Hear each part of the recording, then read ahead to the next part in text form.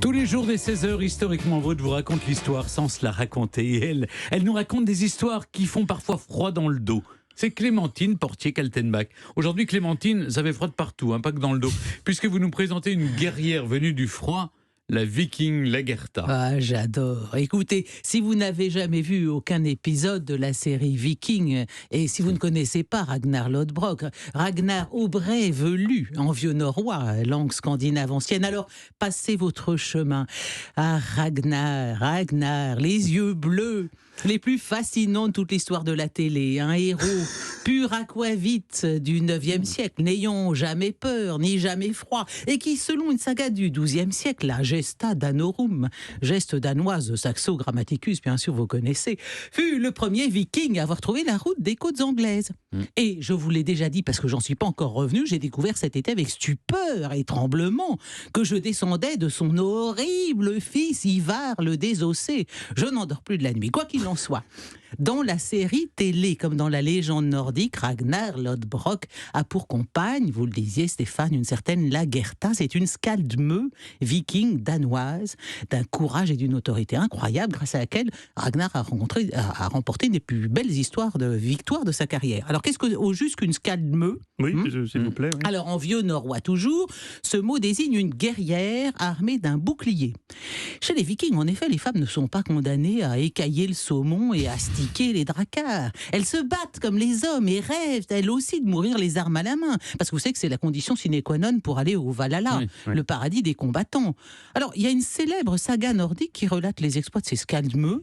Au cours de la bataille de Bravelli en 750, 300 d'entre elles auraient participé au combat. C'est un peu la version, ça vous rappelle quelque chose, messieurs?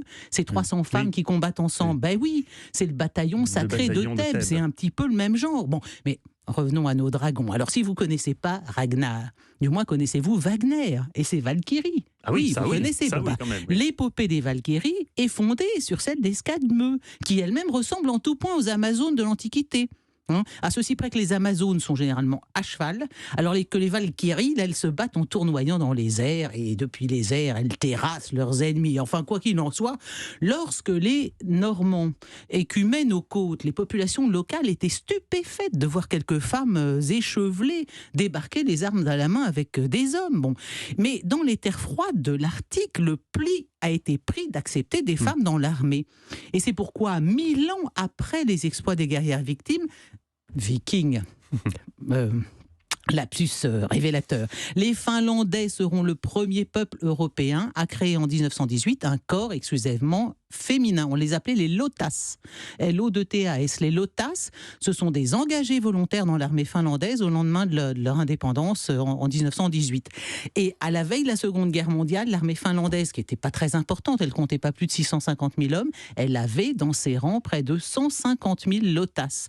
Donc, à la différence des skaldmö, les Lotas, elles ont, bon, il y a une unité chargée de la DCA qui est basée à Helsinki en 1944, mais les Lotas ne combattent pas. Elles n'ont même pas le droit de faire le salut militaire. Alors, je ne sais pas trop pourquoi, mais c'était comme ça.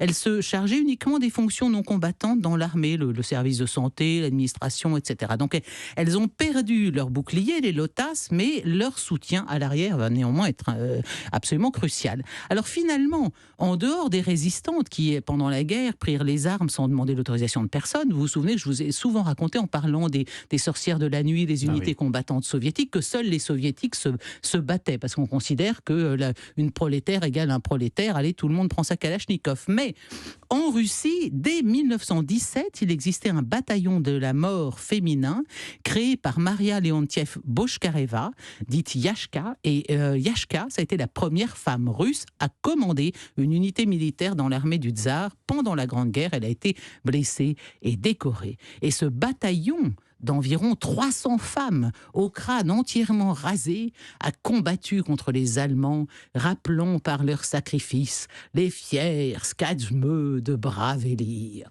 Si c'est pas beau, on se croirait dans Game of Thrones. C'est mieux que Game of Thrones. Ah, si.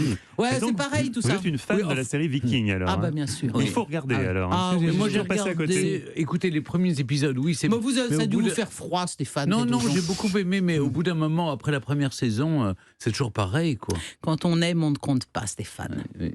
Enfin, on n'a rien appris sur la vie de Lagertha, en tout cas. Oh, il m'en a appris beaucoup plus. Si, elle s'est battue sur tous les... Si, elle a aidé à... Elle a eu des enfants... On s'en fout, Stéphane. Ne creusez pas trop les sujets comme ça. On a eu une vision globale des Vikings.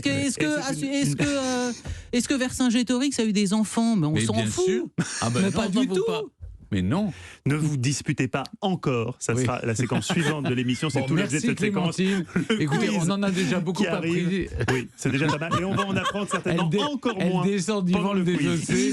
Et c'est ce qui va lui arriver. Il va le désossé, ça va lui arriver dans un instant. Je comprends votre amour des os et des abattis maintenant. C'est pour ça, ça explique mon embonpoint. Vous voyez, il faut que je m'allonge chez un bon psy et que je parle de mon aïeul Ivar le désossé. Vous n'avez rien compris à cette séquence. La suivante va être encore plus incompréhensible. Le quiz arrive, le face-à-face entre Stéphane Bern et Clémentine Portier-Kelten.